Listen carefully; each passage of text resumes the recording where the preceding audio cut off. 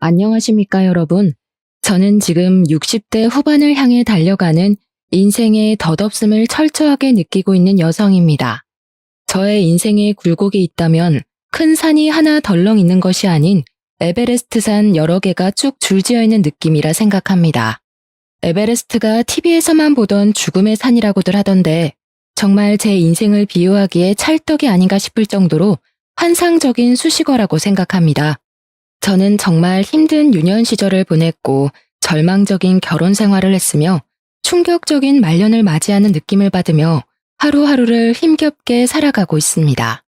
제가 이곳을 찾아와 괜히 여러분의 마음까지 무겁게 만드는 것은 아닌지 걱정이 되지만 제 속 한번 시원하게 털어내고 싶어서 이렇게 글을 써내려 갑니다. 모쪼록 제 인생에 대해 여러분과 함께 이야기를 나누고 슬픔을 나누면 반이 된다는 그 말을 실감해 보고 싶답니다. 지금부터 제 인생의 모든 굴곡, 모든 사건, 모든 결말을 이야기해 보도록 하겠습니다.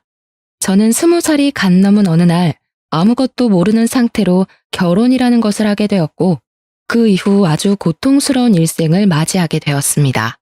남들은 결혼이 축복이라고 하던데 저에게는 생지옥 그 이상도 이하도 아닌 제도나 다름이 없는 족쇄 같은 것이었기 때문이었습니다. 저랑 남편은 중매를 통해서 만나게 되었는데 남편이 그 당시 보여주었던 모든 행동이나 조건들이 결혼 후 거짓말이었다는 것을 알게 되었습니다. 사업을 한다던 남편은 집에서 놀고 먹는 백수였으며 남편과 함께 살던 홀시어머니의 수발은 모두 저의 몫이 되었습니다. 저희 부모님은 사기꾼이던 중매쟁이의 말에 깜빡 속아 제가 부잣집에서 걱정 없이 살기를 바라며 저를 어린 나이에 시집을 보내신 것이었습니다.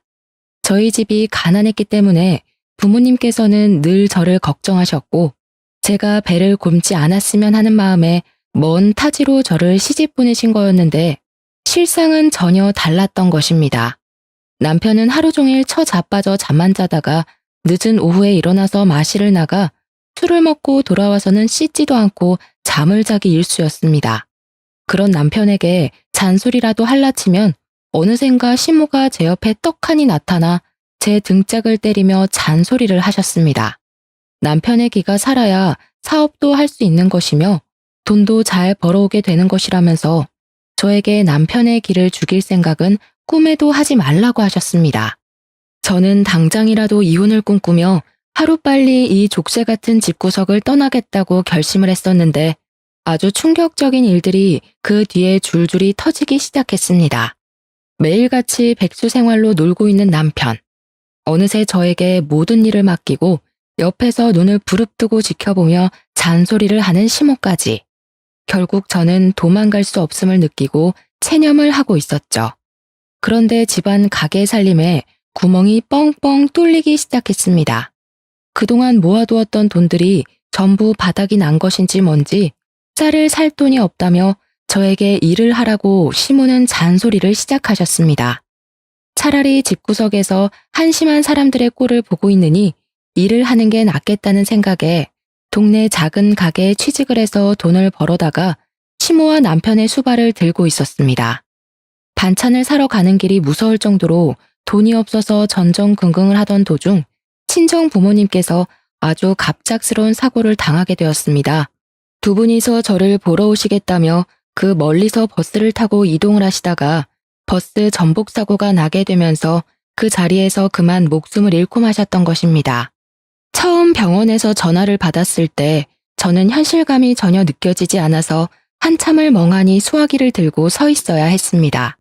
시모가 전화비 많이 나온다고 당장 전화를 끊으라고 소리를 치지 않았더라면 그 자리에서 하루 종일도 서 있었을지 모르겠습니다. 저는 정말 갑자기 두 부모를 한날 한시에 잃어버린 천의 고아가 되고 말았고 제 인생은 점점 더 미궁 속으로 빠져들게 되었습니다.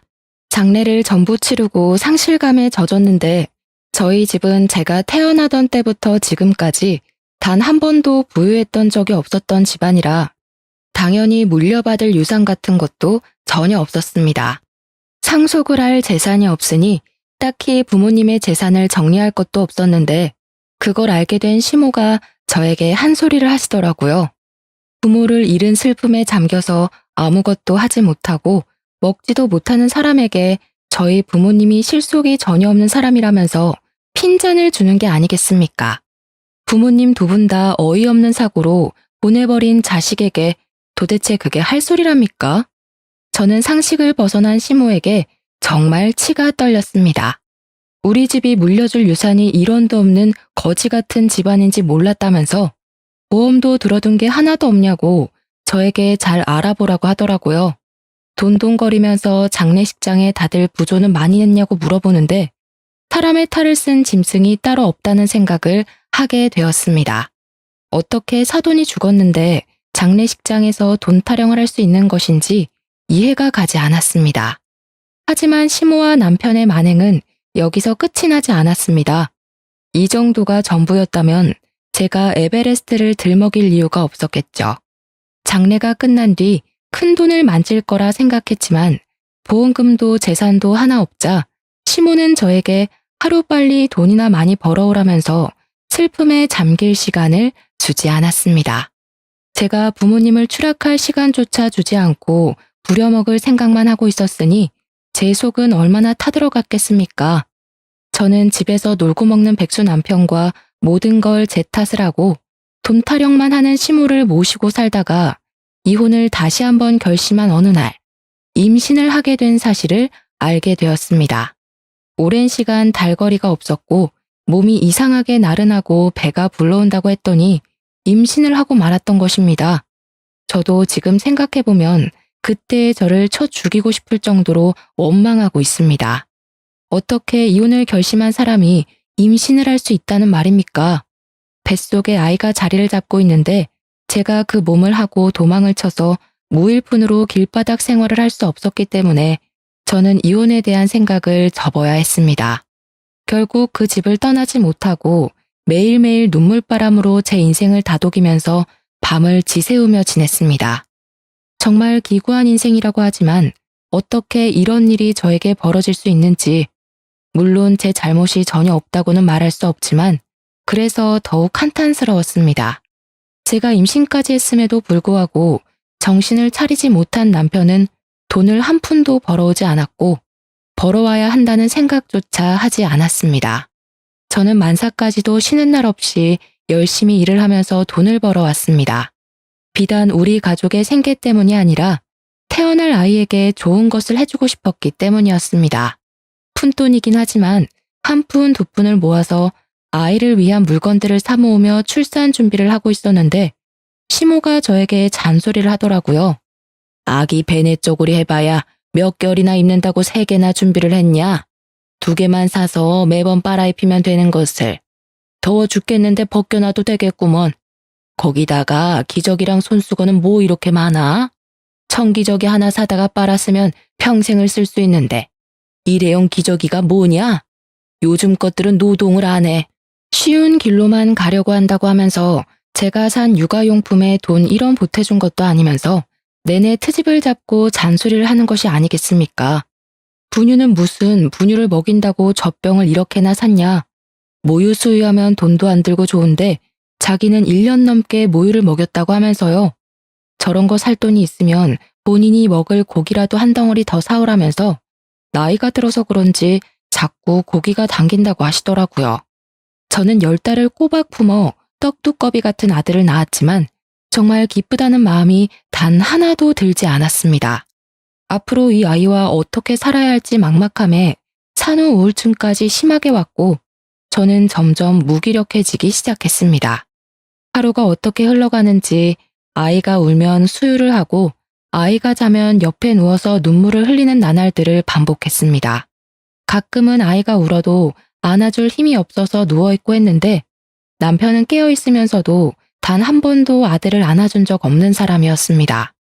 안아주기는커녕 아이가 우는 게 시끄럽다면서 발로 툭툭 아이를 밀어내는 몰상식한 짓까지 쉼없이 했습니다. 밤에 아이가 깨서 울기라도 하면 득달같이 시모가 저를 깨워서 본인 아들 자는데 방해가 된다면서 애를 안고 밖으로 나가라고 쫓아내기까지 했습니다. 제 입에서는 한숨이 나오지 않는 날이 없었고 시모는 그 꼴도 보기 싫었는지 저에게 복이 날아간다면서 입을 툭툭 치곤 했습니다. 저는 아이를 키우는 게 너무 힘들고 또 우울증이 심해지면서 신체에 변화가 생기기 시작했고 젖이 제대로 돌지 않는 지경까지 이르렀습니다. 제가 모유 수유를 제대로 하지 못해 아이가 늘 배고파했고 분유를 사다 먹이기 시작했는데 시모가 그걸 보더니 저에게 혀를 차면서 잔소리를 하시더라고요. 애한테 모유 수유조차 제대로 못하는 년이 무슨 어미야? 어디서 주워온 자식 데려다 키우는 줄 알겠네. 시모와 남편과 같이 살던 그 나날들은 정말 하루하루가 지옥과 다름없었습니다. 아니, 차라리 지옥으로 떨어졌으면 좋겠다고 생각할 정도였습니다. 우리 아들이 5살이 되었을 때 정말 난데없는 개구진 아이로 변해버려서 하루가 멀다고 사고를 치고 다녔었습니다. 귀여운 사고부터 한숨이 절로 나오는 사고까지 하루도 빠짐없이 난리를 치우던 우리 아들은 매일같이 혼이 나야 정신을 차렸는데 저는 단 한 번도 손찌검을 한 적이 없었습니다. 그렇게 행동을 하면 안 되는 이유에 대해서 최대한 아이 눈높이에서 설명을 해주려고 노력을 했었습니다. 아이들은 뭘 해도 연약하고 귀여운 존재였기 때문에 호추로도 아이를 때리지 못하겠더라고요. 남편은 사실 제가 뭘 하든지 간에 아무런 관심이 없었고 아이와 눈조차 제대로 마주치지 않는 사람이었기에 신경도 쓰지 않았지만 시모는 나날이 잔소리를 심하게 하셨습니다. 저희 아들이 편식이 무척이나 심한 아이였는데 제가 일부러 요리를 할 때마다 아들과 함께 상을 차리고 요리를 하곤 했었습니다. 아들이랑 같이 채소도 썰고 밥을 준비하기 시작하면서 아들이 재료에 대한 흥미를 가지기 시작했고 새로운 맛에 대한 경험도 시작했거든요. 같이 밥을 먹을 때면 자기가 만든 음식이라는 걸 알기 때문에 한 입이라도 먹어보려고 시도를 하는 모습이 무척이나 기특하게 느껴져서 매일 그런 일상을 반복했었습니다. 그래서 저는 아들이랑 이것저것 같이 떠들고 만지고 썰면서 식사 준비를 했었는데 시모가 정말 저에게 불같이 화를 내더라고요. 어디 아들을 부엌에 데리고 들어가서 밥 준비를 시켜? 고추 떨어질 일 있어? 절대로 남자는 부엌에 들어가는 게 아니야. 저희 아들이 흥미를 가지고 즐거워하는 일임에도 불구하고 절대로 안 된다면서 반대를 하기 시작했고 요리를 준비하려고만 하면 아들을 데리고 방에 틀어박히셨습니다. 저는 다시 외롭고 쓸쓸하게 부엌에서 온 가족이 먹을 음식을 만들어야만 했었습니다. 시모는 저를 같이 사는 내내 집에 상주하는 종처럼 저를 부려먹었고 바깥에서 고립되기를 원해서 아예 집 밖으로 나가 노는 일을 금지시켰습니다. 현대판 노예와도 같은 짓을 7년이라는 세월 동안 하게 되었고 남편은 그동안 정말 단 한 푼의 돈도 벌어오지 않고 늘 탱자탱자 백수 생활을 하고 있었습니다. 물가는 오르는데 할 줄 아는 것은 잡일밖에 없던 제 월급은 오르지 않았고 하루하루의 삶이 버거워 아들에게 미안해질 지경이었습니다. 이대로 가다가든 온 가족이 쫄쫄 굶는 것 이외에는 방법이 없겠다 싶어서 아들을 데리고 도망을 쳐야겠다는 생각을 하고 있었습니다. 그러던 어느 날 남편이 술을 먹고 들어와서는 자고 있는 우리 아들을 발로 툭툭 차서 깨우기 시작하는 게 아니겠습니까? 아들이 잠에서 슬쩍 깨서 칭얼거리면서 남편에게 하지 말라고 투정을 부리고 있었는데 남편이 그 모습에 화가 난 건지 갑자기 아들을 흔들어 깨웠습니다. 너는 말이야, 아빠가 들어왔으면 다녀오셨냐고 제깍제깍 인사를 해야지. 인사도 안 해? 어? 누굴 닮아서 이렇게 버르장머리가 없는 거야? 애가 자다 깼는데 당연히 칭얼거리지 않겠어요? 오늘도 밖에서 신나게 뛰어놀아서 아마 피곤할 거예요. 얼른 씻고 와서 자요, 당신도. 네가 나를 돈 안 벌어온다고 무시하니까 애도 나를 무시하는 게 아니겠어? 이런 거 얼굴에 처바를 돈이 있으면 나한테 술값을 더 내놓으란 말이야. 마트에서 가장 싼 것만 잔뜩 골라 사온 제 화장품을 내리 던지면서 소리를 치는데 순간 공포심이 저를 덮치더라고요. 몇 번 써보지도 못한 아까운 제 화장품이 바닥을 대굴대굴 굴러다니는데 아깝다는 생각만큼 제 인생에 대한 회의감이 들었습니다. 제가 바닥을 구르는 화장품을 멍하니 바라보는데 남편이 갑자기 저를 확 밀쳐버리는 겁니다. 그래서 깜짝 놀라 하지 말라고 남편에게 소리를 쳤어요. 그 소리에 아들의 잠이 확 깬 건지 벌떡 일어나서 저를 밀치고 있는 남편을 보게 된 것입니다. 아들은 순간 놀래서 그런 건지 아니면 그 상황을 정리하고 싶었던 건지 제 아빠 다리에 막 매달리면서 아빠 하지마 하지마 하면서 고사리 같은 손으로 말리고 있었습니다. 하지만 술에 취해서 이성을 잃어버린 남편은 그런 아들이 귀찮았던 것인지 아들을 냅다 들어서 던져버렸습니다. 저는 너무 놀라서 비명소리를 질렀고 아들은 너무 아픈 나머지 소리를 내어 울지도 못하고 그대로 알아누웠습니다. 더 충격적인 건 남편이라는 새끼는 그런 아들이 시끄럽다면서 욕짓거리를 내뱉기 시작했습니다. 저는 그런 남편이 더 이상 사람으로 보이지 않았어요. 그래서 온 힘을 다해서 남편의 다리를 붙잡으며 뜯어 말렸지만 제 힘으로는 역부족이었습니다. 결국 저는 바닥에 쓰러진 아들을 감싸안고 그 아픈 발길질을 전부 받아내야만 했습니다. 우리 모자는 그날 남편에게 씻을 수 없는 상처를 입게 되었고 그날 밤새 내내 움직이지도 못하고 꺽꺽 소리만 내는 아들의 입을 틀어막고 밤을 지새워야 했습니다. 술이 확 오른 탓인지 그대로 쓰러져서 자는 남편이 아들이 내는 소리에 언제 돌변할지 모른다는 두려움 때문에 아들이 울음조차 편하게 지르지 못하게 입을 막아야 했습니다. 저 또한 그날 밤 얼마나 울었는지 모르겠습니다. 정말 이대로 저 인간이 눈을 뜨지 않았으면 좋겠다는 생각이 제 머릿속을 지배했습니다. 다음날 날이 밝자 아이의 몸을 살피기 위해서 깨우는데 아이가 온몸에 힘이 들어가지 않는다면서 누워서 꼼짝을 못하는 게 아니겠습니까? 저는 너무 놀라서 구급차를 부를 생각조차 하지 못하고 그대로 아이를 들쳐업고는 근처 병원으로 달려갔는데 의사가 저를 보고 그러더군요. 아들의 목뼈부터 허리까지 실금이 갔는데 아직 너무 어린 나이라서 어떻게 손을 쓸 방법이 없다고 그냥 잘 붙기를 바라는 수밖에 없다고요. 그 뒤로 전 아들이 움직이지 못하도록 각고의 노력을 했으나 그 어린아이가 뭘 알겠습니까? 결국 점점 커가면서 아들은 디스크에 문제가 생기게 되면서 하지방 사통이라는 너무나도 생소한 병에 시달리게 되었습니다. 한마디로 저희 아들이 목뼈부터 허리까지를 쭉 다치게 되면서 엉덩이부터 시작해서 장딴지 뒤쪽까지 통증이 시작되는 병에 걸리게 된 것입니다. 사고 후유증으로 찾아왔다고 하기에는 고칠 방법이 없는 너무나도 안타까운 통증을 동반한 병이었습니다.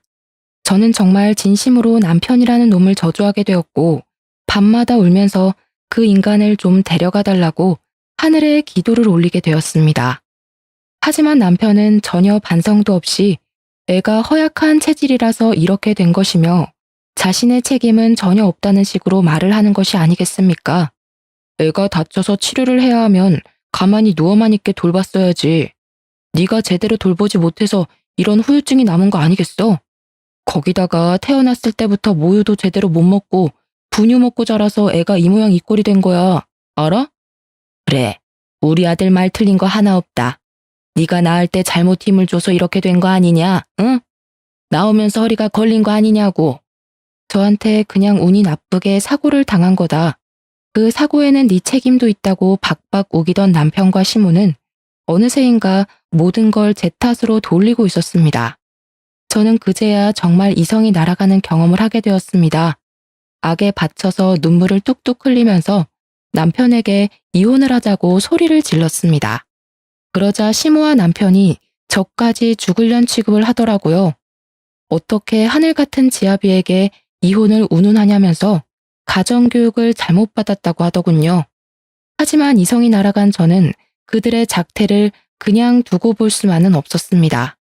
제가 시모에게 당했던 시집살이는 물론 남편이 저와 아들에게 폭력을 휘둘렀던 것, 그동안 돈을 한 푼도 벌어오지 않았던 것까지 전부 다 걸고 넘어지면서 바락바락 대들었고 집안일에서 완벽하게 손을 뗐으며 벌어온 돈 모두를 제 몫의 통장에 집어넣었습니다.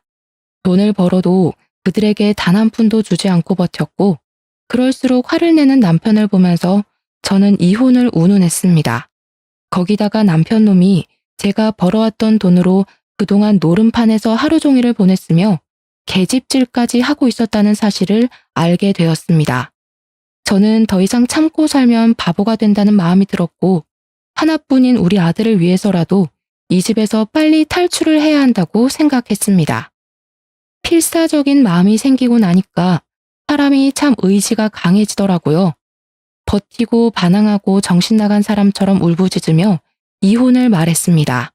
이혼을 하기로 한 날 분을 참지 못한 남편과 시모는 결국 저를 방에 가두어 두고 다시 한번 생각해보라며 매질을 하기 시작했습니다.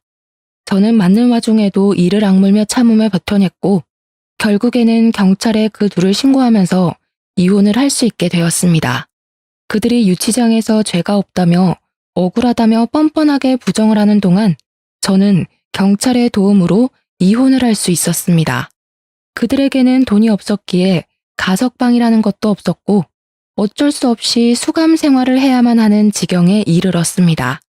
저는 그 둘이 제 눈앞에서 사라지자 아들을 데리고 작은 월세방 얻을 돈이 들어있는 통장만 들고 무작정 시댁을 떠나게 되었습니다.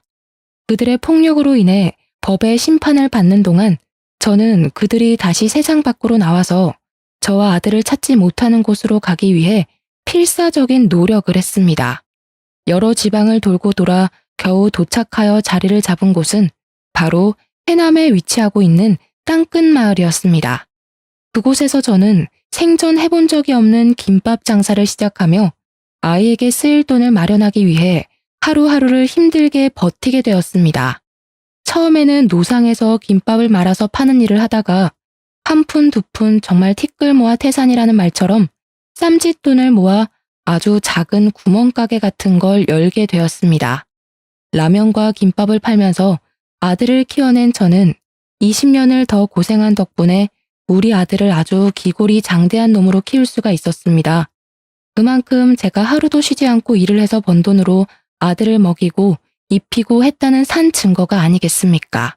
제 인생의 전부이자 제 인생의 원동력이었던 아들을 그렇게 키우고 나니 정말 가슴이 벅차오를 정도로 울컥한 마음이 들었습니다.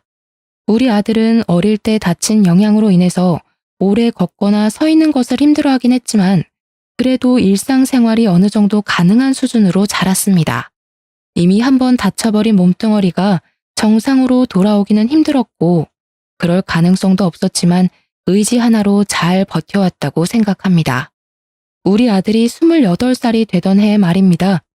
드디어 우리 아들이 결혼을 하고 싶다고 하면서 여자를 하나 데려온 것이 아니겠습니까? 달덩이처럼 얼굴이 아주 동그랗고 복스럽게 생겨서 행동까지도 귀여웠던 그 여자아이는 제 며느리가 되었습니다. 성격이 정말 어찌나 좋던지 살갑기도 하고 밝기도 하고 하나하나 따질 구석이 없는 그런 귀여운 아이는 우리 아들을 진심으로 사랑해주는 것 같았습니다.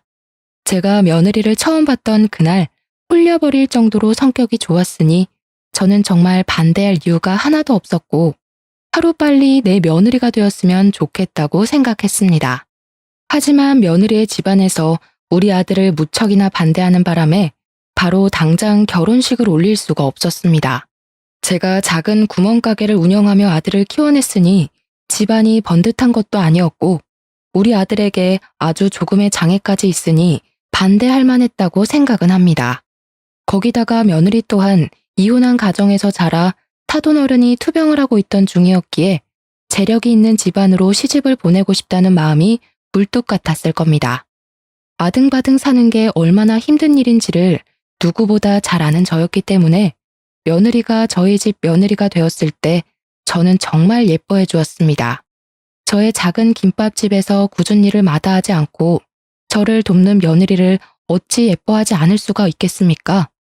그 당시 저희 아들은 주유소에서 일을 하고 있었는데 사실 아들이 벌어오는 돈은 아주 조금밖에 되지 않았습니다.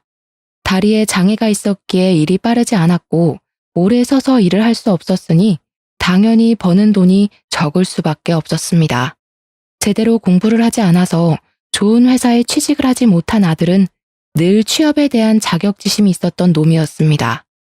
거기다가 반대가 심했던 안싸돈이 우리 아들에게 직장조차 제대로 가지지 못한 놈이 무슨 결혼이냐고 계속해서 무시를 해댔기 때문에 자격지심은 더욱 깊어지기만 했습니다.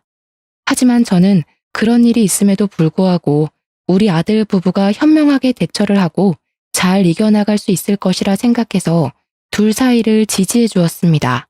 그러던 도중 정말 불운하게도 주유소에서 사건이 일어나게 되었습니다. 야간에 일을 하던 아들이 잠시 졸음에 빠져서 꾸벅꾸벅 하던 도중에 주유소 전문 털이범이 현금통을 통째로 털어간 사건이 벌어지게 된 것입니다. 아들이 한번 잠에 빠지면 누가 업어가도 모를 정도로 깊게 자는 놈이라 현금통을 털어간 범인으로 우리 아들이 지목되게 된 것입니다. CCTV가 있는 것도 아니었던 터라 아들이 훔쳐가 놓고 발뺌하는 거 아니냐면서 사장은 물론이고 경찰까지 우리 아들을 의심해 조사를 받게 되었습니다. 현금이 꽤 들어있었던 탓에 그 돈을 전부 물어내라고 난리를 치는 사장 때문에 우리 아들은 물론이고 저까지도 골머리를 썩었습니다. 수사를 통해서 제3의 인물의 지문이 나오면서 다행히 아들은 누명에서 벗어나긴 했지만 이미 대부분의 사람들이 우리 아들을 범인으로 생각하고 있던 상태였습니다. 가뜩이나 자격지심으로 똘똘 뭉친 아들은 범인으로 몰렸다는 그 충격에 헤어나오지 못하게 되어버렸죠. 아들은 그대로 주유소를 그만두게 되었고 저와 며느리가 김밥집을 운영하면서 버는 돈으로 먹고 살아야 했습니다. 하지만 그것도 쉬운 일은 아니었습니다. 김밥이랑 라면을 팔아서 버는 돈이 되면 얼마나 되겠습니까? 저희가 무슨 엄청 큰 분식집을 하는 것도 아니었고 정말 작은 3평짜리 가게였습니다. 생활은 점점 궁핍해지기 시작했고 어쩔 수 없이 며느리가 취직을 하면서 돈을 벌어오기 시작했습니다. 그냥 작은 사무실에서 잡일을 하기 시작했는데 거기 사장이 또 엄청나게 나쁜 놈이었던 것입니다. 우리 며느리에게 돈을 더 얹어주겠다면서 치근덕거리기 시작했고 나중에는 불륜관계를 맺자고 요구를 했다는 것이 아니겠습니까? 당연히 저희 며느리는 절대로 그런 일은 없을 거라며 사장을 거부하기 시작했습니다. 그러자 치졸하게 회사 사람들 앞에서 대놓고 며느리에게 망신을 준다던가 일부러 야근을 시키는 둥 며느리를 괴롭히기 시작한 것입니다. 며느리는 하루가 다르게 우울해졌고 말라가는 게 눈에 보일 정도로 힘들어 했습니다. 저는 당장이라도 며느리에게 일을 그만두라고 말을 하고 싶었고 아들에게는 나가서 돈을 벌어오라고 시키고 싶었습니다. 며느리가 너무나도 힘들어하자 저는 참지 못하고 아들에게 이만큼 집에서 놀았으면 나가서 돈을 벌어오라고 말을 했습니다. 나 같은 병신이 도대체 어디서 돈을 벌어오라는 거야? 어디 취직할 자리 있으면 엄마가 좀 알아보던가. 이제는 다른 사람도 모자라서 엄마까지 나한테 손가락질을 하는 거야? 나를 무시하는 거냐고. 그 이후로 아들은 알코올 중독자처럼 술독에 빠져서 살기 시작했습니다. 저는 아들의 집에 갈 때마다 술병이 나뒹구는 걸 보고 얼마나 가슴을 치며 화를 냈는지 모르겠습니다. 너는 네 아빠 생각이 안 나니? 어떻게 이런 모습으로 매일매일을 보낼 수 있니? 네가 사람이라면 지난 과거를 떠올려봐라. 네가 누구 때문에, 뭐 때문에 그런 아픔을 가지게 됐는지는 생각도 하지 않고 매일 술을 마셔? 이런 식으로 행동할 거면 너도 며느리랑 이혼해라. 저 가여운 아이가 무슨 죄가 있어서 이런 꼴로 살아야 하니? 새 삶을 찾을 수 있게 기회를 주란 말이야. 저는 아들을 엄청나게 몰아세웠고 그럴 때마다 아들은 부들부들 떨면서 본인의 자격지심을 마음껏 드러냈습니다. 며느리는 당장의 생계를 책임져야 했기 때문에 일을 그만두지 못했고 똑같은 악순환이 반복되는 일상을 살아야만 했습니다. 저를 찾아와서 넋두리를 한다던가 저에게 자주 하던 연락도 서서히 끊기게 되면서 저는 점점 더 며느리의 걱정에 피가 마르는 심정으로 하루를 살았습니다. 결국에 저는 며느리가 걱정되어 참지 못하고 아들 집으로 방문을 했는데 며느리가 현관문을 여는데 선글라스를 끼고 있는 게 아니겠습니까? 어떻게 사는지 잘 살고 있는지 궁금해서 찾아갔더니 집안에서 선글라스를 끼고 있는 며느리의 모습에 무척이나 황당스러웠습니다. 아니 얘야, 너는 왜 집안에서 선글라스를 끼고 있니? 어머님, 저 눈병 걸려서요. 보기가 영 흉하기도 하고 옮길 수도 있다고 해서 그냥 끼고 있는 거예요. 안경을 찾지 못해서 어쩔 수 없이 선글라스를 끼고 있다며 어색하게 웃는 며느리를 보고 그냥 그런가 보다 하고 말았습니다. 그날 며느리와 대화를 잘 나누고 다음에 또 올 테니 잘 쉬고 있으라고, 너무 힘들어하지 말라고 며느리의 등을 몇 번 다독여주고는 집으로 돌아왔습니다. 또 몇 주의 시간이 흐른 뒤 찾아가 보니 며느리가 이번에는 감기에 걸렸다고 하면서 마스크를 끼고 있지를 않나, 하루는 시간이 없어서 머리를 감지 못해서 냄새가 난다며 모자를 푹 눌러 쓰고 있는 게 아니겠습니까? 제가 밖에서 만났더라면 이해를 했을 텐데 집 안에서 만나는 건데도 그런 모습을 하고 있는 게 무척이나 의아했습니다. 제가 참 바보 같죠? 그게 며느리가 주는 신호임을 알았어야 했는데 저는 아무것도 눈치를 채지 못한 바보 멍청이었습니다. 시간이 한참 흐른 뒤 폐인이 되어버린 아들을 어떻게든 다시 일으키고 싶었던 저는 아들의 집을 줄기차게 방문하기 시작했습니다. 아들네 집으로 가서 며느리가 일이 바빠 챙기지 못한 집안 살림을 정리해주고 반찬도 채워주고 하면서 아들에게 잔소리를 했죠. 이제는 더 이상 놀지 말고 밖에 나가서 생산적인 일을 했으면 좋겠다고 짜증을 내는 아들을 툭툭 일으켜 세워주면서 말입니다. 며느리가 아들에게 잔소리를 하지 못할 게 뻔하니 제가 대신 나서서 아들을 다시 바깥으로 내보내야 한다고 생각을 했습니다. 집을 청소하던 도중에 며느리가 사용하는 것으로 보이는 화장대 서랍을 열었는데 거기서 이상한 종이뭉치와 수첩을 발견하게 되었습니다. 종이뭉치가 이상하게 낯선 듯 익숙해서 뭔가 하고 읽어보니 글쎄 병원 진단서가 아니겠습니까? 전치 3주, 4주 아주 다양하게 있었고 타박상에 의한 진단서가 대부분이었습니다. 저는 너무 놀라서 이게 다 뭔가 싶어서 꼼꼼하게 자리에 앉아 그 진단서들을 살펴보기 시작했습니다. 저는 점점 경악으로 얼굴이 물들었습니다. 저는 그 흔적을 너무나도 잘 알고 있었거든요. 그것을 폭력에 의한 물리적 피해를 입었다는 진단서였습니다. 덜덜 떨리는 손으로 수첩을 열어 확인을 하는데 날짜별로 빨간색과 파란색으로 표시되어 있는 것이 아니겠습니까? 파란색의 빈도가 훨씬 더 높긴 했지만 빨간색으로 체크가 되어 있는 날들이 꽤 많이 등장하기도 했습니다. 뒤로 넘겨서 그 날짜에 쓴 일기들을 확인하는데 며느리가 적은 것으로 보이는 그 일기에는 우리 아들에게 손찌검을 당한 이야기들이 줄줄이 써져 있었습니다. 제가 방문했을 때 선글라스를 끼고 있었던 것, 마스크를 써야 했던 것, 모자를 눌러 쓴 것 전부 저에게 보여주고 싶지 않았던 며느리의 노력이었던 것입니다. 제가 너무나도 사랑하는 아들이 자신에게 그런 몹쓸 짓을 했다는 사실을 시모인 저에게 숨기고 싶었던 며느리의 아픔이었던 것이죠. 일기의 내용 또한 정말 가관이었습니다. 회사 사장과의 관계를 의심하는 아들의 욕설로 시작된 일기부터 아이가 생기지 않는 것에 대한 화풀이까지 전부 상세하게 적혀 있었습니다. 저는 정말 분노로 이성을 잃어버린 사람처럼 부들부들 떨었습니다. 우리 아들이 저의 전 남편이 했던 짓을 고스란히 사랑스러워서 아껴만 주고 싶은 며느리에게 행하고 있다는 사실을 믿을 수가 없을 정도였습니다. 게다가 우리 아들은 술만 먹으면 개가 되었던 전 남편에게 당해서 신체에 문제까지 있는 놈인데 똑같은 짓을 하고 있다니. 저는 이 분노를 참지 못하고 며느리의 화장대 앞에서 눈물만 뚝뚝 흘리고 있었습니다. 그렇게 꾹꾹 참아내며 당장이라도 방에 있는 아들의 머리채를 잡고 싶은 걸 참은 지 1시간쯤 지났을까요? 며느리가 녹초가 되어 퇴근을 하고 돌아왔습니다. 저를 보자마자 놀라면서 식사는 하셨냐고 묻는 며느리를 보는데 저 착한 아이가 당했을 고통에 메마른 줄 알았던 눈에서 눈물이 다시 한번 쏟아지더라고요. 저는 며느리를 잡고 엉엉 울었고 제 눈물을 보자 같이 눈물이 터진 건지 며느리도 저를 붙잡고 엉엉 울기 시작했습니다. 저는 며느리에게 서랍 안에서 본 모든 걸 다 봤다고 이혼을 하라고 생각을 거치지 않고 이야기를 했습니다. 며느리는 저에게 어떻게 해야 할지 도무지 감을 잡지 못하겠다고 하더라고요.